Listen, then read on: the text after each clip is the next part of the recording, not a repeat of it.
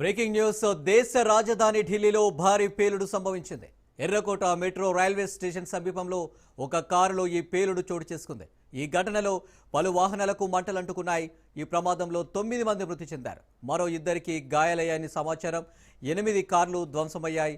ఒక కారులో పేలుడు సంభవించగా పక్కనే ఉన్న మిగిలిన కార్లు పూర్తిగా దెబ్బతిన్నాయి. పేలుడులో గాయపడిన 2ని చికిత్స నిమిత్తం ఆసుపత్రికి తరలించారు.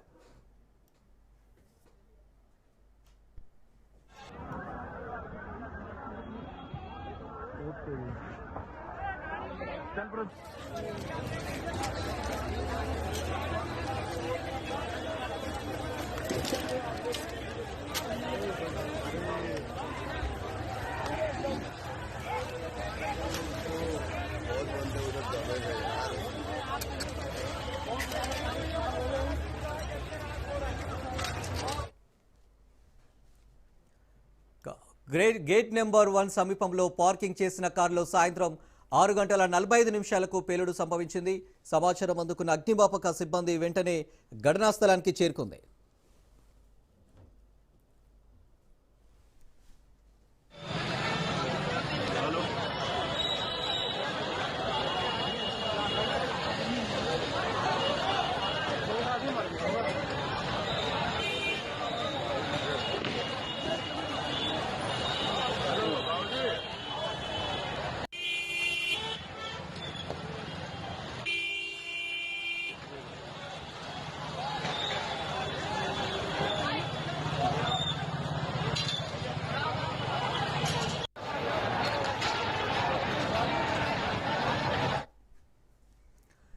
ఏడు ఫైర్ ఇంజన్లతో మంటలను అదుపులోకి తెస్తున్నారు. ఢిల్లీ స్పెషల్ సెల్ పోలీసులు కూడా సంఘటనా స్థలానికి చేరుకొని దర్యాప్తు చేస్తున్నారు. పేలుడుకు గల కారణాలు తెలియాల్సి ఉంది. ఇది ఉగ్రవాద చర్యనా లేక ప్రమాదవశాత్తు జరిగిందా అనే కోణంలో పోలీసులు విచారణ జరుపుతున్నారు.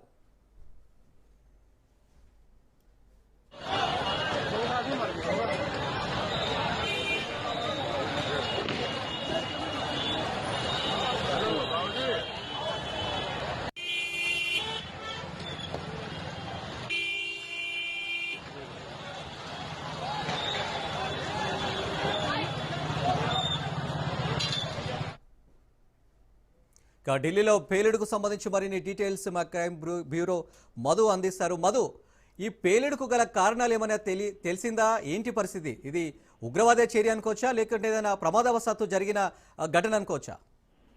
రీసెంట్ గానే మనం చూసుకుంటే మాత్రము ఉగ్రవాదులకు సహకరిస్తున్నటువంటి టీం ఎవరైతే ఉన్నారో స్పెషల్ అయితే ప్రస్తుతం పోలీసు అదుపులోకి తీసుకున్నారు. సో ఈ నేపథ్యంలోనే వాళ్ళు భారతదేశంలో అతిపెద్ద బాంబ్ బ్లాస్ట్లకు అయితే ప్లాన్ చేశారు. అయితే ఈ నేపథ్యంలోనే ఇప్పుడు ఢిల్లీలో జరిగినటువంటి వ్యవహారానికి వారికి లింక్ ఉందంటే కన్ఫర్మేషన్ లేదు, ఇంకా కన్ఫర్మేషన్ అయితే లేదు. కానీ ప్రస్తుతం ఎర్రకోట మెట్రో స్టేషన్ దగ్గర జరిగినటువంటి ఈ బ్లాస్ట్ ఏదైతే ఉందో దీనికి సంబంధించి పూర్తిగా కూడా అనేక అనుమానాలు అయితే ఉన్నాయి. ఎలా జరిగింది, మొత్తం ప్రమాదానికి గల కారణాలు ఏంటి అనే దానికి సంబంధించి డీటెయిల్స్ ఇంకా రావాల్సింది. భారీ పేలుడు అంటే ఒక్కసారిగా భారీ పేలుడు ఏదైతే ఉంటుందో ఒక్కసారిగా భారీ పేలుడు రావడంతో అక్కడే చుట్టుపక్కల వారందరూ కూడా ఏం జరుగుతుందో తెలియని పరిస్థితి. అయితే ప్రస్తుతం ఎర్రకోట మెట్రో స్టేషన్ దగ్గర కారులో జరిగినటువంటి పేలుడు ఏదైతే ఉందో అంటే అక్కడ మొదట మెట్రో స్టేషన్ దగ్గర ఒక కారును అయితే పార్క్ చేశారు. అలా పార్క్ చేసినటువంటి కారులో అక్కడ ఉన్నటువంటి ఈ బ్లాస్టింగ్ ఏదైతే ఉందో ఆ బ్లాస్టింగ్ అయితే సంభవించింది. అలా జరిగిన తర్వాత భారీ విస్ఫోటనం అంటే ఏదో కారు లోపల ఒకవేళ ఏదైనా గ్యాస్ కావచ్చు లేకపోతే వేరే కారణాలతో పేలి ఉంటే ఈ స్థాయిలో పేలుడు జరిగేది కాదు. కానీ ఒక 9 మంది చనిపోయేంత వరకు కూడా ప్రమాదం జరిగింది అంటే ఖచ్చితంగా ఇన్సైడ్ అంటే కారు లోపల అత్యంత భారీ పేలుడికి సంబంధించినటువంటి పదార్థాలే పెట్టారా అనేటటువంటి అనుమానాలు లేకపోలేదు. ఎందుకంటే ప్రస్తుతం జరుగుతున్నటువంటి వ్యవహారాలు అంటే పట్టుబడుతున్నటువంటి ఉగ్రవాదులు ఎవరైతే ఉన్నారో ఉగ్రవాదులు ఒక వైద్యుడు పట్టుబట్టారు.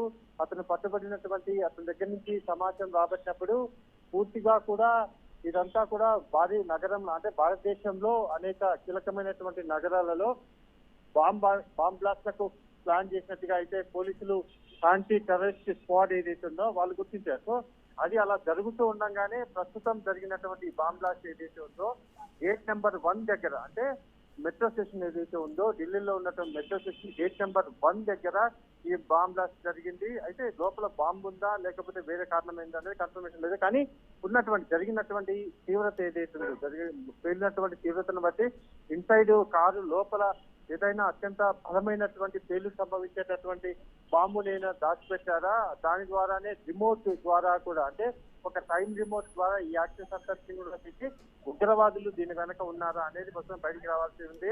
9 మంది మృతి చెందడము, 9 మందితో పాటు చుట్టుపక్కల ఉన్నటువంటి వారందరూ కూడా తీవ్రంగా గాయపడడం, పేలుదాటికి మృతదేహాలు డెడ్ బాడీలు ఏవైతే అవి చెల్లాచెదురుగా పడిపోయాయి.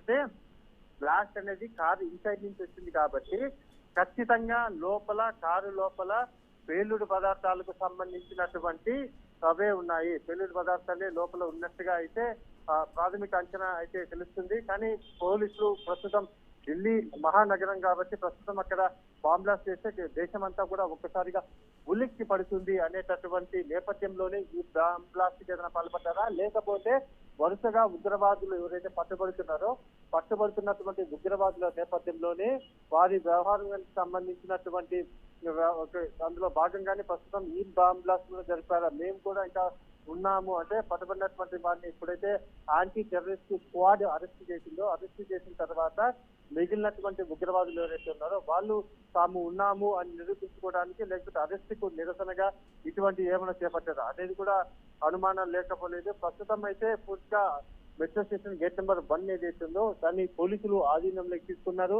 ఎంక్వైరీ చేస్తున్నారు క్లూస్ టీమ్. ఎందుకంటే కారు లోపల నుంచి జరిగినటువంటి విస్ఫోటనం ఏదైతే ఉందో దానికి సంబంధించినటువంటి క్లూస్ టీమ్ అక్కడ వివరాలన్నింటినీ కూడా సేకరిస్తున్నారు కాబట్టి అది బాంబ్ బ్లాస్టా లేకపోతే వేరే రీజన్ ఉందా అనేది ఇప్పుడు చాలా కీలకం. ఎందుకంటే అంత ఆ స్థాయిలో ఒక్కసారిగా భారీ విస్ఫోటనం జరిగిందంటే ఖచ్చితంగా ఇన్సైడ్ ఆఫ్ ద కార్ ఏదైతే ఉందో అందులోపల ఒక భారీ పేలుడు పదార్థాన్ని ఉంచి ఆ తర్వాత రిమోట్ యాక్సెస్ ద్వారా పేల్చి ఉంటారు అనేది అర్థమైపోతుంది. ప్రస్తుతం అక్కడ సంఘటనా స్థలంలో ఒక భయంకరమైనటువంటి పరిస్థితి నెలకొని ఉంది.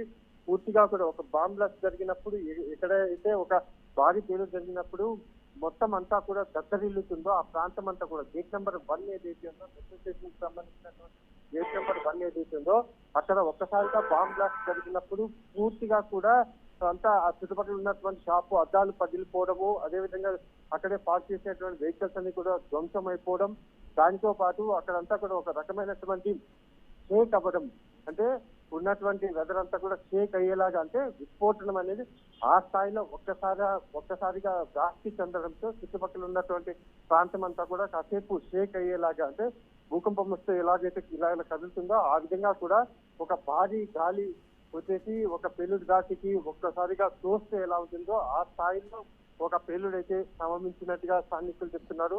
ఇప్పటికీ కూడా